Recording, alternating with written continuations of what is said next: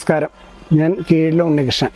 മുടിയേറ്റുന്ന കലാരൂപത്തെക്കുറിച്ച് ഒന്ന് പരിചയപ്പെടുത്തുക, അല്ലെങ്കിൽ അതെന്താണെന്ന് എൻ്റെ ഗുരുക്കന്മാർ ഉപദേശിച്ച് തന്നിരിക്കുന്ന പരിധിയിൽ നിന്നുകൊണ്ട് ഞാനൊന്ന് പറയാം. മധ്യ കേരളത്തിലെ കാളികാവുകളിൽ അനുഷ്ഠാന നാടോടി നാടകമായി അവതരിപ്പിക്കുന്ന കലാരൂപമാണ് മുടിയേറ്റ്. മുടിയേറ്റിൽ ഒരു കഥ മാത്രമേ അടങ്ങിയിട്ടുള്ളൂ: ദാരികാവധം അഥവാ ഭദ്രകാളി വിജയം. 7 വേഷങ്ങളുള്ള കലാരൂപം 7 രംഗങ്ങളായിട്ടാണ് അവതരിപ്പിക്കപ്പെടുന്നത്. ഭദ്രകാളി ക്ഷേത്രത്തിലെ വഴിപാട് കൂടിയാണ് മുടിയേറ്റ്. അത് പകർച്ചവ്യാധി, ദുർമരണം എന്നിവ വരാതിരിക്കുന്നതിനും ഉദ്ദിഷ്ട കാര്യസാധ്യത്തിനും വേണ്ടി ഭക്തജനങ്ങൾ വഴിപാടായി സമർപ്പിക്കുന്ന കലാരൂപമാണ് മുടിയേറ്റ്. മുടിയേറ്റിൽ ഡ്രാമയുടെ ഭാഗമായിട്ട് പറയുമ്പോൾ ഏറ്റവും ആദ്യത്തെ നാടോടി നാടകം എന്നാണ് വിശേഷിപ്പിക്കുന്നത്. അത് പ്രത്യേക പ്ലാറ്റ്ഫോമോ വേദിയോ ഇല്ലാതെ തുറന്ന സ്ഥലത്ത് അവതരിപ്പിക്കുന്ന രീതിയാണ് മുടിയേറ്റിനുള്ളത്. അതായത് ജനങ്ങളും, അതായത് ഫോക്കിൻ്റെ പ്രത്യേകതയും വരുന്നത് അവിടെയാണ്. ജനങ്ങളും വേഷക്കാരൻ രണ്ടല്ലാത്ത അവസ്ഥ, ഒന്നായി തീരുന്ന അവസ്ഥ. മെയിനായിട്ട് പറയുമ്പോൾ ഫോക്ക് അതാണ്. ഏത് കാലഘട്ടമാണോ ആ കാലഘട്ടത്തോടൊപ്പം ചേർന്ന് പോകുന്ന ഒന്നാണ് ഫോക്ക്. അപ്പോൾ അതുമായിട്ട് ഏറ്റവും കൂടുതൽ അടുത്ത് ഇടപഴകുന്ന കലാരൂപമാണ് മുടിയേറ്റ്. പ്രത്യേക വേദിയോ അലങ്കാരങ്ങളോ ഇല്ലാതെ നടത്തപ്പെടുന്ന കലാരൂപം മുടിയേറ്റ്. മുടിയേറ്റിൽ 7 വേഷങ്ങളാണുള്ളത്, 7 രംഗങ്ങളാണ് എന്ന് ഞാൻ പറഞ്ഞു. അതിനകത്ത് കളിവിളക്ക് വച്ചാൽ ആദ്യം തന്നെ അരങ്ങത്ത് കേളി എന്ന സംഭവമാണ്. ഈ അരങ്ങത്ത് കേളി എന്നുകൊണ്ട് ഉദ്ദേശിക്കുന്നത് മുടിയേറ്റ് തുടങ്ങി എന്ന് ജനങ്ങളെ അറിയിക്കുന്ന രീതിയിലാണ് പണ്ട് കാലത്ത് ചെയ്തു പോരുന്നത്. ഇന്നും ആ കീഴ്വഴക്കം തുടർന്നു പോരുന്നു. കാരണം ഇപ്പോൾ മുടിയേറ്റ് ഏത് സമയത്താണ് എന്താണെന്ന് ഫ്ലക്സുകളും നോട്ടീസുകളും മുഖേന നമുക്ക് അറിയാൻ സാധിക്കുമെങ്കിലും അനുഷ്ഠാന കലകൾക്കുള്ള ആ ചടങ്ങ് അതേ പ്രകാരം തന്നെ തുടർന്നു പോരുന്നു. അരങ്ങത്ത് കേളിക്ക് ശേഷം അരങ്ങ് വാഴ്ത്തൽ എന്ന ചടങ്ങാണ്. ഗണപതി, സരസ്വതി, മറ്റ് ദേവീദേവന്മാരെ സ്തുതിച്ചുകൊണ്ട് മറ്റ് വിഘ്നങ്ങളൊന്നും വരാതെ ഈ പരിപാടി ഭംഗിയാക്കി തരണമെന്ന് പ്രാർത്ഥിക്കുന്ന ഒരു രംഗമാണ്. അരങ്ങുവാഴ്ത്തലിൻ്റെ അവസാനം ശിവനും നാരദനും രംഗത്തെത്തിച്ചേരുന്നു. 1ാമത്തെ രംഗം മുടിയേറ്റിൽ ശിവനാരദ സംവാദമാണ്. ദാരികൻ്റെ ദുർഭരണത്തെക്കുറിച്ച് കൈലാസിൽ ചെന്ന് നാരദ മഹർഷി ശിവനോട് പരാതി പറയുകയും ഇതിന് പരിഹാരം കാണണമെന്ന് അപേക്ഷിക്കുകയും ചെയ്യുന്നതാണ് 1ാമത്തെ രംഗം.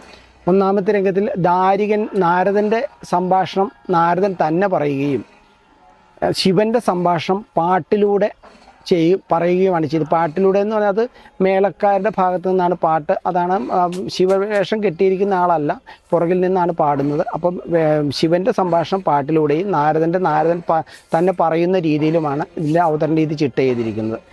ഈ പരിഹാരം കാണുന്ന ദേവന്മാരെയും മഹർഷിമാരെയും മുനിമാരെയും എല്ലാം ഉപദ്രവിക്കുന്ന രീതിയിലാണ് ദാരികൻ്റെ ദുർഭരണം. അപ്പോൾ അതിന് പരിഹാരം കാണണമെന്ന് അപേക്ഷിക്കുകയാണ്.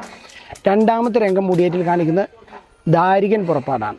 വരബലത്താൽ അഹങ്കാരിയായിട്ട് നിന്ന ദാരികാസുരൻ ദുർഭരണം നടത്തുന്ന രീതിയിലാണ് ദാരികൻ്റെ പുറപ്പാട് ചിട്ട ചെയ്തിരിക്കുന്നത്. അതായത് തനിക്ക് മരണം പോലും സംഭവിക്കരുത് എന്നുള്ള വരം ആവശ്യപ്പെട്ടയാളാണ് ദാരികൻ. മറ്റെല്ലാവരും ഒരു തുള്ളി രക്തം നിലത്ത് വീണാൽ അതിൽ നിന്നും 1000 ദാരികന്മാരുണ്ടാവണമെന്നും ബാക്കി എല്ലാ വരങ്ങളും ആവശ്യപ്പെട്ടു. എന്നാൽ മരണം സംഭവിക്കരുത് എന്നുള്ള വരം ആവശ്യപ്പെട്ടു. ബ്രഹ്മദേവൻ പറഞ്ഞു, മരണം ജനിച്ച എല്ലാവർക്കും മരണം അനിവാര്യമാണ്, അതുകൊണ്ട് അതിന് സാധ്യമല്ല, വേറെ വല്ല വരവും ആവശ്യപ്പെടണം. അപ്പോൾ ദാരികൻ പറഞ്ഞു, പുരുഷന്മാരാരും തങ്ങളെ വധിക്കരുത് എന്നുള്ള വരം ആവശ്യപ്പെടുന്നു. അപ്രകാരം വരം കൊടുക്കുകയും ചെയ്തു. ഈ സമയം ബ്രഹ്മദേവൻ ദാരികനോട് തിരിച്ചു ചോദിക്കുന്നത്, എന്താണ് സ്ത്രീകളാൽ വധിക്കരുത് എന്നുള്ള വരം നീ ആവശ്യപ്പെടാത്തതെന്ന്. വരബലത്തിൽ അഹങ്കാരിയായി തീർന്ന ദാരികാസുരൻ അപ്പോൾ ബ്രഹ്മദേവനോട് പറയുകയാണ്, പുരുഷന്മാരാരും വധിക്കാത്ത തങ്ങളെ ഒരു സ്ത്രീ വധിക്കരുത് എന്നുള്ള വരം ആവശ്യപ്പെടുന്നത് തനിക്കും തൻ്റെ വംശത്തിനും മോശമാണ് എന്ന് പറഞ്ഞ് അഹങ്കരിക്കുന്നു. ഈ സമയം ബ്രഹ്മദേവൻ ശപിക്കുകയും ചെയ്യുകയാണ്, നീ സ്ത്രീയിൽ നിന്ന് ജനിക്കാത്ത സ്ത്രീയാൽ വധിക്കപ്പെടട്ടെ എന്ന്. അപ്രകാരം അന്തർദാനം ചെയ്യുകയും വരബലത്താൽ അഹങ്കാരിയായി തീർന്ന സ്ത്രീകളാരും തന്നെ വധിക്കുകയില്ല എന്നുള്ള ഒരു അഹങ്കാരത്തിൽ നടക്കുകയും ചെയ്യണം. ആ അഹങ്കാരത്തിൽ ജനങ്ങളെ ഉപദ്രവിക്കുന്ന രീതിയിൽ ചിട്ട ചെയ്തിരിക്കുകയാണ് മുടിയേറ്റ്. ജനങ്ങളെ ഉപദ്രവിക്കുന്നില്ല എങ്കിലും ആ പെർഫോമൻസ് കാഴ്ചവെക്കുന്നത് ദാരികൻ്റെ പുറപ്പാട് ആ രൂപത്തിലാണ്. ദാരികൻ പുറപ്പാടിൻ്റെ അവസാനം ദാരികൻ ദിഗ്വിജയം നടത്തുകയാണ്. എന്നോട് യുദ്ധത്തിന് ആരെങ്കിലും ഉണ്ടെങ്കിൽ വന്നുകൊള്ളാം. ദിഗ്വിജയം, ചിലർ പറയും ദാരികൻ കാളിയെ പോരിന് വിളിച്ചു, കാളി ദാരികനെ പോലും. ആദ്യം ദാരികൻ ചെയ്യുന്നത് ദിഗ്വിജയം നടത്തുകയാണ്. അത് 4 പർവ്വതങ്ങളെയാണ് ഇതിനകത്ത് വിശേഷിപ്പിച്ചിരിക്കുന്നത്. 1 ഉദയനാ പർവ്വതം, 2 അസ്തമനാ പർവ്വതം, 3 മഹാമേരു പർവ്വതം, 4 യമകൂട പർവ്വതം. ആ 4 ദിക്കുകളെയുമാണ് ഇത് ചിത്രീകരിക്കുന്നത്. ഈ 4 ദിക്കിനുള്ളിൽ എന്നോട് ആരെങ്കിലും ഉണ്ടെങ്കിൽ യുദ്ധത്തിന് വന്നുകൊള്ളാൻ പറയാൻ. ഈ സമയം തിരശീല പിടിച്ചിരിക്കും, ദാരിയൻ പോരിന് വിളിക്കുന്നത്. ആ തിരശീലയുടെ പുറകിൽ നിന്ന് കാളി വിളിക്കുന്നതായിട്ട് എതിര് വിളിക്കുക എന്നാണ് അതിന് പറയുന്നത്. അപ്പം കാളി ഞാൻ കേട്ടു എന്നുള്ള രൂപത്തിൽ തിരിച്ചു വിളിക്കുന്ന ഒരു ഭാഗവും അത് മേളക്കാർ തന്നെ പറയുന്ന രീതിയാണ്, കാളി വിളിക്കുന്നതായിട്ടാണ്. അതിനുശേഷമാണ് ദാരിയൻ പോരിന് വിളിക്കുന്നത്. കാളി നീ എന്നോട് യുദ്ധത്തിന് വന്നുകൊള്ളാൻ പോരിന് വിളിക്കുന്നത്. ഇങ്ങനെ ദിഗ്വിജയവും പോരിന് വിളിയാണ് ദാരികൻ ചെയ്യുന്നത്. ഇത് കഴിഞ്ഞ് ദാരികൻ രംഗത്തുനിന്ന് പോകുന്നു. മൂന്നാമത്തെ രംഗം ക്ഷേത്ര നടയിൽ നിന്നാണ്. അത് ഭദ്രകാളിയുടെ പുറപ്പാടാണ്. ഭദ്രകാളി പടയോടുകൂടി നൃത്തം ചവിട്ടി ഘോരരൂപിണിയായിട്ട് പോർക്കളത്തിലേക്ക് പാഞ്ഞെടുത്തു എന്നാണ്. പടയോടുകൂടി പാഞ്ഞെടുക്കുന്ന വേഷക്കാരൻ അല്ലെങ്കിൽ ഭദ്രകാളി വേഷം അകത്തുനിന്ന് പൂജിച്ച വാളും ഭഗവതിക്ക് ചാർത്തിയ മാലയും വാങ്ങിച്ചാണ് പുറപ്പാട് ആരംഭിക്കുന്നത്. അപ്പോൾ അവിടെ പടയില്ല, പ്രേക്ഷകരാണ് അതിനകത്ത് പടയായി മാറുന്നത്. പ്രേക്ഷകർ ആർപ്പും കുരവുമായിട്ട് വരുമ്പോൾ അവിടെ പടയായിട്ട് സങ്കല്പിക്കണം, ഭൂതഗണങ്ങളായിട്ടാണ് സങ്കല്പം. അത് പ്രേക്ഷകർ വേഷമില്ലാത്ത കഥാപാത്രങ്ങളും മറ്റ് വേഷമുള്ള കഥാപാത്രങ്ങളുമായിട്ട് മാറുന്ന ഒരു രീതിയാണ്. വിളക്കത്ത് വരുമ്പോൾ അവിടെ നാടകീയത ഉടലെടുക്കുന്നു. അപ്പോൾ നമ്മുടെ സിംബോളിക് നാടകത്തിൻ്റെ ആദ്യത്തെ ഒരു വേർഷൻ എന്ന് വേണമെങ്കിൽ നമുക്ക് മുടിയേറ്റിനെ വിശേഷിപ്പിക്കാവുന്നതുമാണ്. നാലാമത്തെ രംഗത്തിൽ, അത് കാളി പുറപ്പാട് രംഗത്ത് വന്നു കഴിഞ്ഞ് കാളി ദാരികനെ പോരിന് വിളിച്ച് അവസാനിക്കുകയാണ് ചെയ്യുന്നത്. അതിന് നാലാമത്തെ രംഗത്തിൽ കോയും പടനായർ എന്ന കഥാപാത്രമാണ് രംഗത്തെത്തിച്ചത്. നന്ദികേശ്വരൻ വേഷം മാറി പട നയിക്കാനായി എത്തിച്ചേരുന്നു എന്ന് കഥയിലെ സങ്കല്പം. പക്ഷേ അത് നമ്മൾ ഡ്രാമയുടെ ഭാഗത്ത് ചിന്തിക്കുമ്പോൾ സംസ്കൃത നാടകത്തിലെ സൂത്രധാരൻ്റെ സ്ഥാനമാണ് ഇവിടെ കോയമ്പടനായർക്കുള്ളത്. സംസ്കൃത നാടകത്തിൽ സൂത്രധാരൻ ആദ്യം എത്തിച്ചേരുന്നു. മുടിയേറ്റിൽ മധ്യഭാഗത്തായിട്ടാണ് കോയമ്പടനായർ എന്ന കഥാപാത്രം എത്തിച്ചേരുന്നത്. അത് സാഹിത്യ പ്രാധാന്യമുള്ള ഒരു രംഗവുമാണ്. അതായത് ലോകത്തിലെ ഗതിവിഗതികളെല്ലാം പറയുകയും ഗണപതി ഉത്ഭവം വരെ പാടി, അല്ലെങ്കിൽ ഗണപതി പ്രാതലും കൂടെ പണ്ട് പാടിയിരുന്ന ഒരു രീതിയുണ്ട്. ഇപ്പം അത് മാറി ഗണപതിയുടെ ജനനം വരെ പാടി അവസാനിപ്പിക്കുന്ന രീതിയാണ്. അപ്പോൾ ഈ ഗണപതിയുടെ ജനനം വരെ പാടുന്നുണ്ട്. ഗണപതിയെ സ്തുതിക്കുന്ന എല്ലാ കലാരൂപങ്ങൾക്കും ആദ്യമാണ്. അതുകൊണ്ടായിരിക്കാം ഈ കോയമ്പടനായർ എന്ന കഥാപാത്രം ആദ്യം എത്തിച്ചേരേണ്ടതാണ് എന്ന് ഉദ്ദേശിക്കാൻ കാരണം. അഞ്ചാമത്തെ രംഗത്തിൽ കൂളിയുടെ പുറപ്പാട്. കൂളി എന്ന് പറഞ്ഞാൽ ഹാസ്യ കഥാപാത്രമാണ് മുടിയേറ്റിലെ. കൂളിയുടെ ഒരു ശ്രേഷ്ഠമായ കഥാപാത്രവുമാണ് കൂളി. എല്ലാവരും ഉത്സവപർമ്മത്തിൽ കൂളി എന്ന് പറയുമ്പോൾ വെറും ഒരു ഹാസ്യ കഥാപാത്രം മാത്രമായിട്ടാണ് കണക്കാക്കുന്നത്. അതിൻ്റെ പുറകിൽ ദാരികൻ്റെ ദുർഭരണത്തിൽ സ്ത്രീകൾക്ക് അനുഭവിക്കേണ്ടി വന്ന യാതനകളെയാണ് കൂളിയിലൂടെ ചിത്രീകരിക്കുന്നത്. അത്രയും പീഡനം നിറഞ്ഞ ഒരു അവസ്ഥയായിരുന്നു അവിടെ അനുഭവിക്കേണ്ടി വന്നത് എന്ന് അമ്മയോട് സങ്കടം പറഞ്ഞ്, അമ്മ എന്ന് പറഞ്ഞ് പലരും ചോദിക്കുന്നുണ്ട്, കാളിയും കൂളിയും അമ്മയും മകളുമാണോ? അല്ല, ആ അമ്മ എന്നുള്ള സങ്കല്പം അമ്മ ദൈവാരാധനയുടെ ഭാഗമായിട്ട് പ്രകൃതി അല്ലെങ്കിൽ ഭഗവതി അമ്മ, ആ ഒരു കൺസെപ്റ്റിലാണ് അവിടെ കൂളി അമ്മയായിട്ട് എടുക്കുന്നത്. ആ ഭഗവതിയോട് പറഞ്ഞ് ഇതിന് പരിഹാരം കാണുന്നതിന് വേണ്ടിയിട്ടാണ് എത്തിച്ചത്. പ്രേക്ഷകരെ എല്ലാം മക്കളായിട്ട് അല്ലെങ്കിൽ കുട്ടികളായിട്ടാണ് കൂളി കണക്കാക്കുന്നത്. അപ്പോൾ കുട്ടികളെ എടുക്കുക, പാല് കൂട്ടുക, അത് മുതിർന്നവരായാലും കൂളിയുടെ മുമ്പിൽ കുട്ടികൾ തന്നെയാണ്. അപ്പോൾ നമ്മളുടെ ഈഗോ കളഞ്ഞ ഒരു കുട്ടിയുടെ അവസ്ഥയിലേക്ക് കൂളി നമ്മളെ കൊണ്ട് എത്തിക്കുന്ന ഒരു രീതിയുമാണ് മുടിയേറ്റിലൂടെ അത് പ്രസൻറ്റ് ചെയ്യുന്നത്. ശരിക്കും പറഞ്ഞാൽ ഈ കൂളി അമ്മയെ കണ്ട്, അമ്മയുടെ രൂപം പോലും കൂളിക്കറിയില്ല.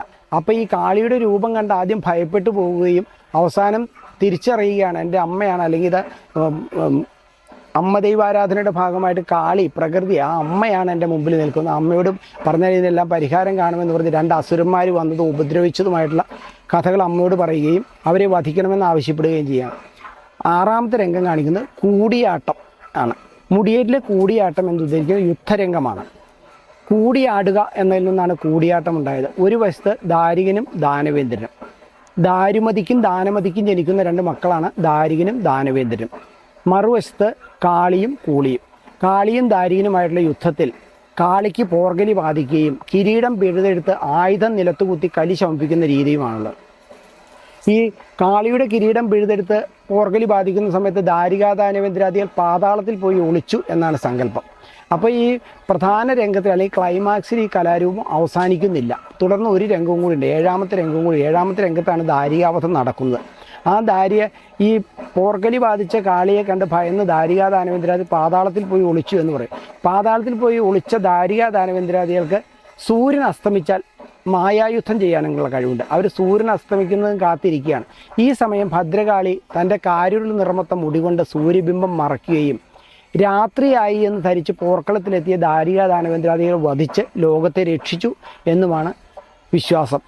ധർമ്മത്തിൻ്റെയും അധർമ്മത്തിൻ്റെയും ഒരു പോരാട്ടമാണ്. അതിൽ ധർമ്മം ജയിക്കുക എന്നുള്ളൊരു മിത്താണ് നമുക്കതിൽ കൂടെ കാണിച്ചു തരുന്നത്. ഏത് അത് ചിലർ ചോദിക്കും കാളിക്കാണോ പ്രാധാന്യം കൂടുതൽ മുടിയേറ്റില്ല? അത് നമ്മളുടെ ആരാധനയുടെ ഭാഗമായിട്ട് കാളിക്ക് കൂടുതൽ, കാളിക്കുള്ളതുപോലെ തന്നെ പ്രാധാന്യം ദാരികനുമുണ്ട്. അതായത് ഒരു ഡ്രാമയുടെ ഭാഗമാണ് ഈ വില്ലനും നായകനും ഒരുപോലെ പ്രാധാന്യമുണ്ടെങ്കിൽ അത് ബാലൻസ് ചെയ്ത് പോകാൻ പറ്റുള്ളൂ. അപ്പോൾ എപ്പോഴും നമ്മൾ ഏത് കലാരൂപവും ആസ്വദിക്കാനില്ലാത്ത ഒരു കലാരൂപം നിലനിൽക്കില്ല. അത് ഭക്തിയാണെങ്കിലും ഫോക്കാണെങ്കിലും ഏതായാലും. അപ്പോൾ ഭക്തിയോടൊപ്പം തന്നെ ഇത് ആസ്വാദനമുണ്ട്. ഇത് ഏറ്റവും ആദ്യത്തെ ഒരു നാടകമാണ്. ആ നാടകത്തിൽ വില്ലനും നായകനും ഒരുപോലെ പ്രാധാന്യം കൊടുക്കുന്നു, കാളിയും ദാരികനുമായിട്ടുള്ളതാണ്. അപ്പം അത് ഓരോ രംഗങ്ങളും എടുത്ത് പഠിക്കുമ്പോൾ ഓരോ രംഗങ്ങൾക്കും തുല്യ പ്രാധാന്യമാണ്. എന്നാൽ എല്ലാ കഥാപാത്രങ്ങളും പ്രധാന വേഷങ്ങളായിട്ടാണ് നമുക്ക് തോന്നുന്നത്. അല്ലെങ്കിൽ അതിൽ പഠന വിഷയമാക്കുമ്പോൾ ഓരോ രംഗങ്ങളും പഠന വിഷയമാക്കുമ്പോൾ അത് വളരെ പ്രാധാന്യമുള്ളതാണ്. പിന്നെ മുടിയേറ്റിൽ ഏതാണ്ട് സാഹിത്യം ചിട്ട ചെയ്ത് തമിഴും മലയാളവും കൂടി കലർന്ന ഒരു ഭാഷയാണ് ഇതിൽ ഉപയോഗിക്കുന്നത്. അത് നമ്മൾ ഉപയോഗിച്ചത് ഏതാണ്ട് 7-ാം നൂറ്റാണ്ടിനും 14-ാം നൂറ്റാണ്ടിനും ഇടയിലുള്ള കാലഘട്ടത്തിലാണ് നമ്മൾ തമിഴും മലയാളവും കൂടി ഇടകലർന്ന ഒരു ഭാഷ ഉപയോഗിച്ചത്. ഏതായാലും ഈ കലാരൂപം അന്നല്ല തുടങ്ങിയത്, അതിനും വർഷങ്ങൾ മുമ്പ് കലാരൂപം ആരാധനയുടെ ഭാഗമായിട്ട് മനുഷ്യരാശിയുടെ ഉത്ഭവം മുതൽ മിക്കവാറും കലാരൂപം ഉണ്ടായിരുന്നിരിക്കാം. ഇന്ന് കാണുന്ന രീതിയിലല്ല, അതിനെ പരിഷ്കരിച്ച് കൊണ്ടുവന്നതായിരിക്കാം.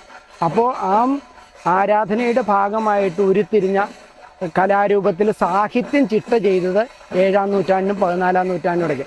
അത് കൈമാറി വായ്മൊഴിയായിട്ട് കിട്ടിയതുകൊണ്ട് പലതും ലോപിച്ചു പോവുകയും പലതും അർത്ഥവ്യത്യാസം സംഭവിക്കുകയും ചെയ്തിട്ടുണ്ട്.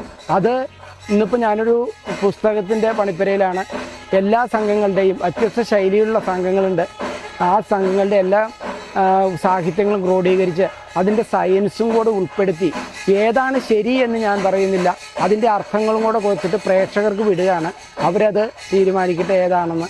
അത് ഒരിക്കലും നമുക്ക് ഇന്നത് ശരി ഇന്നത് തെറ്റ് എന്ന് പറയാൻ പറ്റില്ല. അതിൻ്റെ സാഹിത്യത്തിൻ്റെ അർത്ഥവും കൂടി നോക്കുമ്പോൾ മാത്രമേ നമുക്കതിനെ വിലയിരുത്താൻ സാധിക്കുകയുള്ളൂ. വേഷങ്ങൾ തന്നെ പല സംഘങ്ങളുടെ പല വ്യത്യസ്തമായ വേഷങ്ങളുണ്ട്. അതും ഏതാണ് ആദ്യത്തെ ഏതാണ് അവസാനത്തെ എന്നൊരു ചർച്ചയ്ക്കോ തർക്കത്തിനോ ഞാൻ തയ്യാറല്ല. എല്ലാം ഒരു കാലഘട്ടത്തിൽ ഉരുത്തിരിഞ്ഞു വന്നതായിരിക്കാം.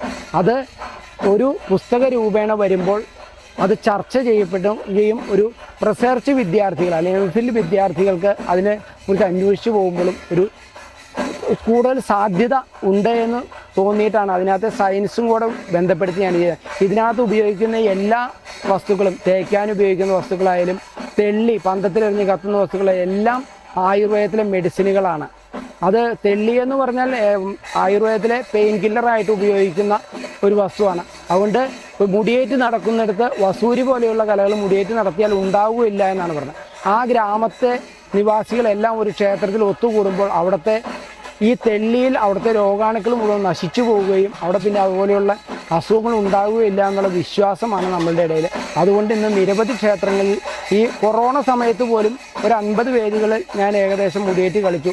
അത് ക്ഷേത്രത്തിൻ്റെ ഉള്ളിൽ ചെയ്യാമെന്നുള്ളൊരു അവസ്ഥ വന്നപ്പോൾ 50 വേദികളിൽ നിന്ന് എനിക്ക് ചെയ്യാൻ സാധിച്ചിട്ടുണ്ട്. അതെല്ലാം ഭഗവതിയുടെ അനുഗ്രഹം എന്ന് മാത്രമേ പറ്റണം. പക്ഷേ ഇതിൻ്റെ പുറകിലുള്ള ആ വിശ്വാസം ഇന്നും ജനങ്ങൾ കാത്തു സൂക്ഷിക്കുന്നതുകൊണ്ട് ഓരോ വർഷവും ഇതിൻ്റെ കലാമൂല്യത്തെ തിരിച്ചറിഞ്ഞ് ഇന്ന് പാഠ്യവിഷയമുണ്ട്. BEdൻ്റെ കുട്ടികൾക്ക് ഏതെങ്കിലും ഫോക്ക് കലാകാരന്മാരൊക്കെ ഇൻ്റർവ്യൂ ചെയ്യേണ്ട ആവശ്യമുണ്ട്. അതുകൊണ്ട് അങ്ങനെ അന്വേഷിച്ച് വരുന്നുണ്ട്. പിന്നെ കുറച്ച് വർഷങ്ങൾ മുമ്പ് 8ാം ക്ലാസ്സിലെ കേരള സിലബസിലെ 8ാം ക്ലാസ്സിലെ പുസ്തകത്തിൽ മുടിയേറ്റ് എന്ന പാഠഭാഗം ഉണ്ടായിരുന്നു. അത് കഴിഞ്ഞിട്ടത് കൂളിയുടെ പുറപ്പാട് എന്നുള്ള പാഠഭാഗമായി. ഇപ്പോൾ ആ സിലബസ് മാറി. അങ്ങനെ ആ മുടിയേറ്റ് പഠന വിഷയമായിട്ട് വന്നതും നമുക്ക് ഈ മുടിയേറ്റ് എന്ന കലാരൂപത്തിൻ്റെ വളർച്ചയ്ക്ക് ഒരു നല്ല സ്വാധീനമാണ് ചെലുത്തിയത്. പിന്നെ 2010 യുനെസ്കോ അംഗീകരിച്ച കലാരൂപമാണ് മുടിയേറ്റ്. കേരളത്തിലെ ഏക ഫോക്ക് കലാരൂപവും മുടിയേറ്റ് മാത്രമേ യുനെസ്കോ അംഗീകരിച്ചുള്ളൂ. കേരളത്തിൽ ആകെ അംഗീകരിച്ചേക്കുന്ന 2 കലാരൂപമേ ഉള്ളൂ. ഒന്ന് കൂടിയാട്ടം, 2 മുടിയേറ്റ്. അതിനകത്തും നമുക്ക് മലയാളികളായിട്ട് നമുക്ക് എല്ലാവർക്കും അഭിമാനിക്കാം. മുടിയേറ്റ് കലാകാരന്മാരുടെ ഞങ്ങൾക്കല്ല, നമുക്ക് എല്ലാവർക്കും, അല്ലെങ്കിൽ എറണാകുളം ജില്ലയുടെ സ്വന്തം എന്ന അവകാശപ്പെടുന്ന ഈ കലാരൂപം നമുക്ക് എല്ലാവർക്കും അഭിമാനിക്കാവുന്നതും എന്തിനെ വേണമെങ്കിൽ അഹങ്കരിക്കാവുന്നതും ചെയ്യാവുന്ന ഒന്നാണ്, നമ്മളുടെ സ്വന്തമാണ്. അഹങ്കരിക്കാൻ പറഞ്ഞതല്ല, അതിനുപോലും നമുക്ക് മുതൽക്കൂട്ടുള്ള യുനെസ്കോയുടെ സാംസ്കാരിക പൈതൃക പട്ടികയിൽ നേടിയ ഈ കലാരൂപം എന്നും നിങ്ങളുടെ പ്രാർത്ഥനയും അനുഗ്രഹവും കൊണ്ട് ഇനിയും വേദികൾ കളിക്കാനുള്ള അവസരം ഉണ്ടായിട്ട് നിങ്ങളുടെ പ്രാർത്ഥന എന്നും ഉണ്ടാകണമെന്ന് നിർത്തുന്നു. നന്ദി.